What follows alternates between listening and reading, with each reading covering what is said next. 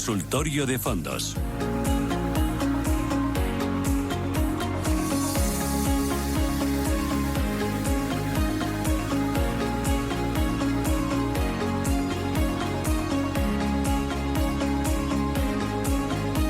Cuatro fondos mixtos de perfil moderado ya ofrecen más de un 10% de rentabilidad en el año y en este rendimiento llega a superar el 17% en el caso del CaixaBank Fonduxo Universal, al que sigue Dux Umbrella Bolsagar con algo más del 14%. Son datos de Morningstar a 30 de agosto.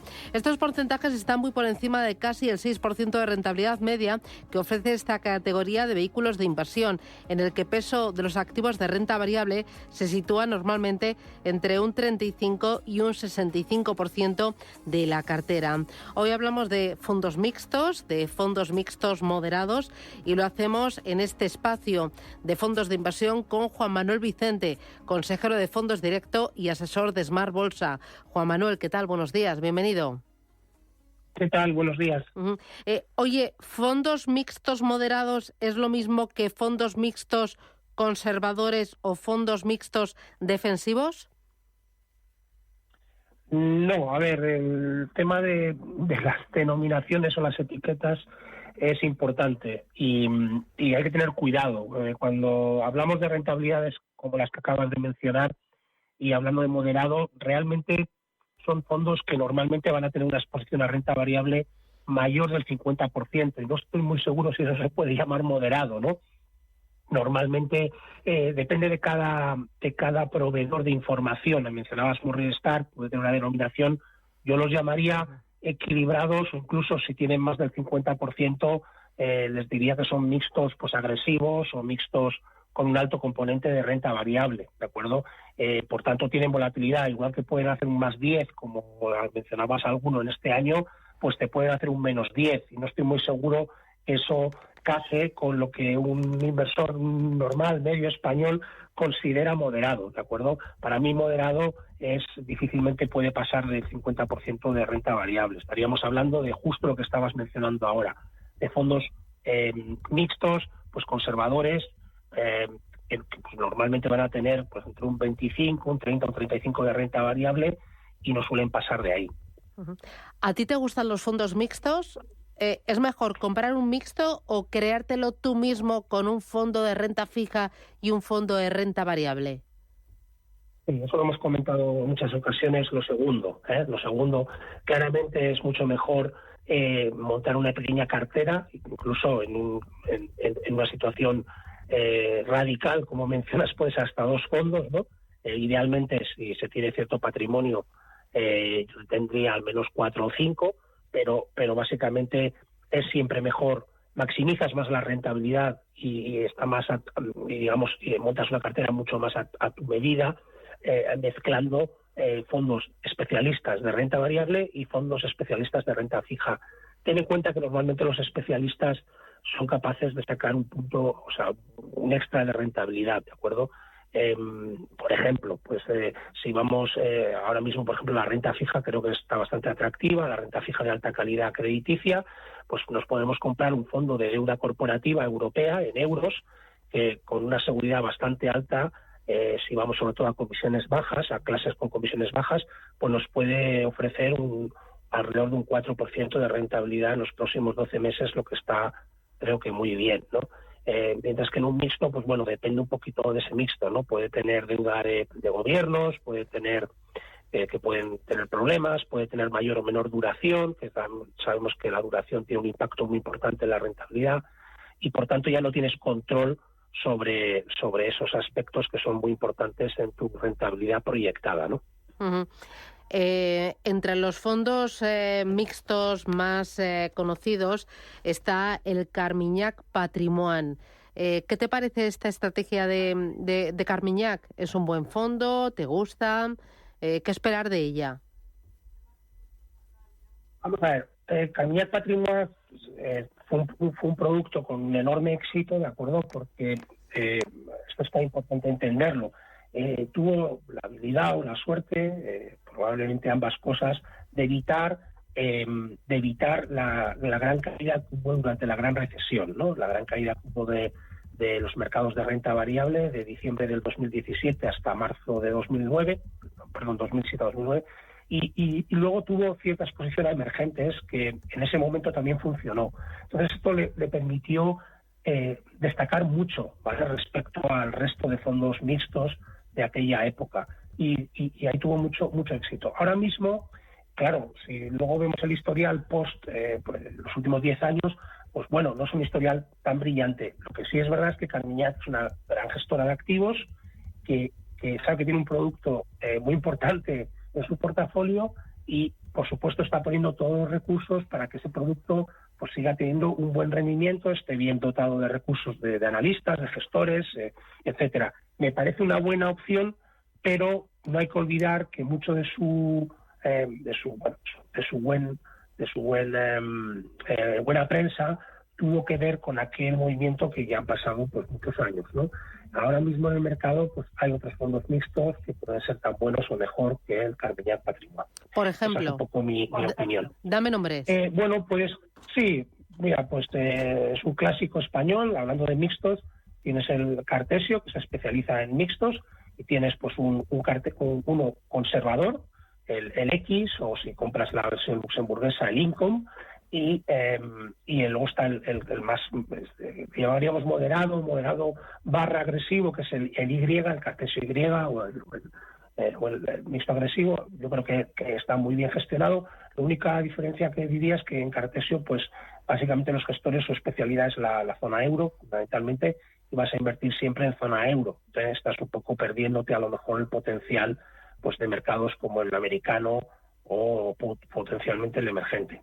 Luego hay una gestora de origen alemán que también se especializa en mixtos, que tiene un nombre difícil de pronunciar, como ocurre con algunos fondos, con algunas denominaciones alemanas, que se llama Flossbach Modestarch, que bueno, es bastante conocido, está de hecho disponible en muchas entidades financieras, y es una gestora de nuevo que también tiene esa gama de mixtos, y bueno, pues es un fondo interesante. Y luego también te diría, sin gran gestora internacional, por ejemplo, hay muchos productos. Yo te diría que MFS, que es una gestora de origen norteamericano, también tiene productos mixtos interesantes.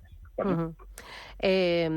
Para invertir en renta variable española, mejor una gestora española independiente. ¿Te gusta renta variable española? Te lo digo porque este año lo está haciendo muy bien el IBEX, incluso mejor que el Eurostock 50. ¿Le ves potencial o es mejor siempre un fondo de renta variable global o un fondo de renta variable europea? Sí, sin lugar a dudas global. Sin lugar a dudas global, tenemos que estar expuestos a Estados Unidos, nos guste o no. Tenemos que estar expuestos también a Asia. Tiene todo el sentido. Es además donde, bueno, en muchos de estos mercados, es los mercados más dinámicos, donde las rentabilidades proyectadas son más interesantes. Desgraciadamente, Europa y España pues no han liderado en los últimos años y tampoco tiene pinta de que vayan a liderar los mercados de renta variable. Dicho esto, la bolsa española pues en algunos momentos puede ser interesante, ¿de acuerdo? Porque, bueno, a veces está muy estresada, tiene mal comportamiento, y este año es un buen ejemplo, y de hecho lo estuvimos mencionando a principio de año, que tácticamente la bolsa española podría ser interesante. Yo te diría que, respondiendo a tu primera pregunta, desde luego, hay que ir a especialistas de bolsa española, y eso nos encontramos en España. Y hay bastante talento en bolsa española. A mí, por ejemplo, me gusta mucho la gestora EDM, que tiene el fondo de bolsa ibérica, y bueno, es una gestora nacional, que además es nuestra gestora probablemente más internacional, que se conoce menos, y EDM, pues su fondo de bolsa ibérica me parece un fondo muy interesante, y tienes también, hay una versión luxemburguesa del producto que se puede invertir en él en bastantes entidades financieras. Desgraciadamente, como sabes, los fondos domiciliados en España en muchas entidades financieras están vetados porque no quieren desgraciadamente las entidades pues no quieren, muchos bancos pues ofrecen productos de gestoras boutique españolas, ¿no?, independientes españolas, porque compite con su propio producto, ¿de acuerdo? Y es una pena, no debería ser así, pero bueno, una vía de evitar eso, por ejemplo, es que muchas de estas gestoras españolas como EDM y otras, Magallanes, etcétera, pues han lanzado productos luxemburgueses, bueno, estos productos a veces sí que están disponibles en más entidades financieras. Uh-huh. Mira, me preguntan por el EBLI Short Corporate y por el DWS Floating. Los dos son dos clásicos, ¿no?, dentro de lo que es renta fija corporativa. Sí, es una gestora de origen nórdico que también tiene esa especialización de deuda nórdica, ¿no?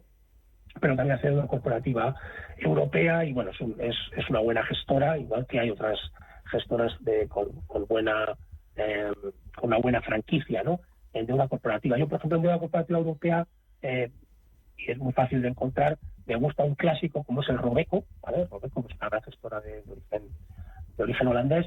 El Eurocredit Bonds me parece un producto de muy alta calidad y podría ser una buena alternativa al fondo del ELBI. 915331851 o si lo prefiere puede mandar su mensaje de texto o su mensaje de voz al 609 22 47 16. Consultorio de fondos de inversión aquí en Radio Intereconomía. Mira, me preguntan también por el Dunas Prudente. Dunas es gestora española independiente y también tiene una gama de vehículos bastante, no sé si conservadores, pero lo que buscan sobre todo es proteger el capital, ¿no? Correcto. Dunas es una gestora independiente española. Yo diría que su especialización, de hecho, más que este tipo de fondos líquidos, son los fondos alternativos. ¿De acuerdo? Los fondos que creo que seguro que habéis mencionado están muy de moda, las inversiones alternativas, en economía real, etcétera. Tienen productos, por ejemplo, pues de inversión en leasing de aviones, por ejemplo, que proporciona pues, una rentabilidad de los alquileres de leasing de los aviones y otro tipo de productos, ¿de acuerdo?